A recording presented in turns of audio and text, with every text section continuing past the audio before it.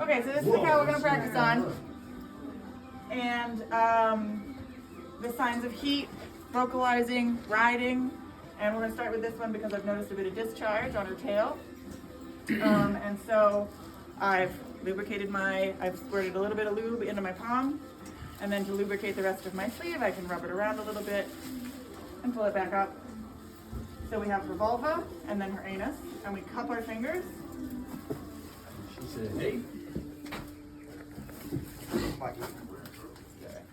And then just as gently as we can, slide in up to our wrist. This is why we take all of our jewelry and our watches off our wrists and our fingers. And so inevitably they have manure in their rectum. And by putting your hand into their rectum, you stimulate rectal contractions. And so what I'm doing with my hand is I'm letting that rectal contraction come down, and then I take my hand and I give it a little scoop to help this come out. I'm not letting air in because that'll blow her up like a balloon. And so I was suspicious that she was in heat because of the discharge on her tail. But now that I'm here and I'm looking at her vulva, there's a little bit of blood on the very tip of her vulva. And that's an indication that she has ovulated.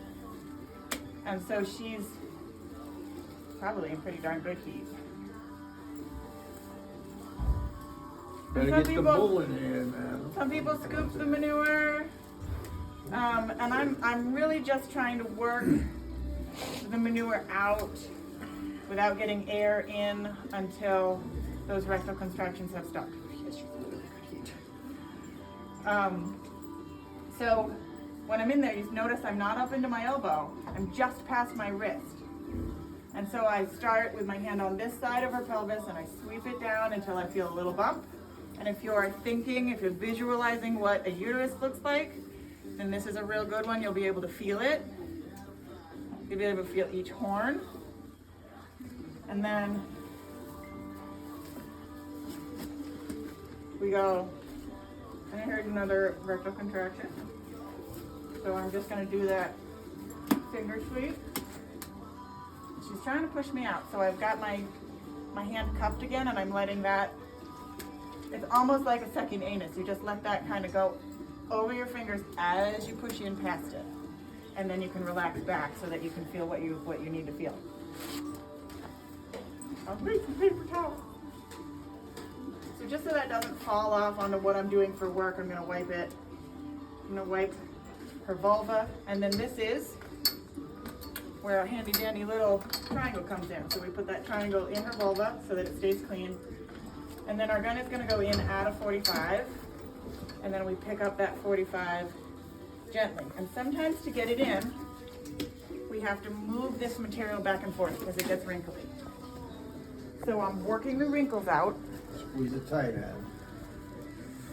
And I have now picked up my cervix, and I've put my thumb on the closest, the ventral end of the cervix, so that then I can push the whole cervix forward to take the wrinkles out of the vaginal wall. And if you remember from our dissected uterine tract, that vaginal wall is very wrinkly. And so to smooth out those wrinkles and make it easier for our gun to work in and through, oh, those pigs get into my stuff.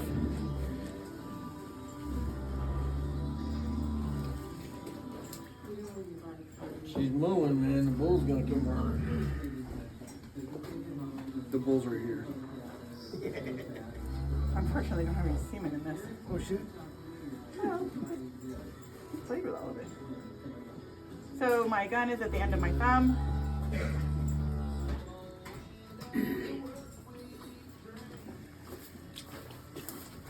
And there are, whoa, popped in a couple of times, but it's not, you see it's not moving freely. So we are not through the cervix all the way. Of course, my arm is tired. I don't do this every day anymore.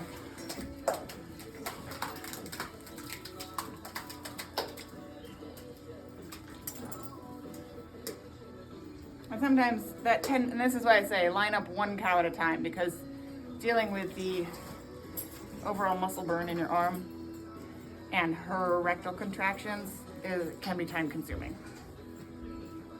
There, now I'm through. See, I get free forward movement there.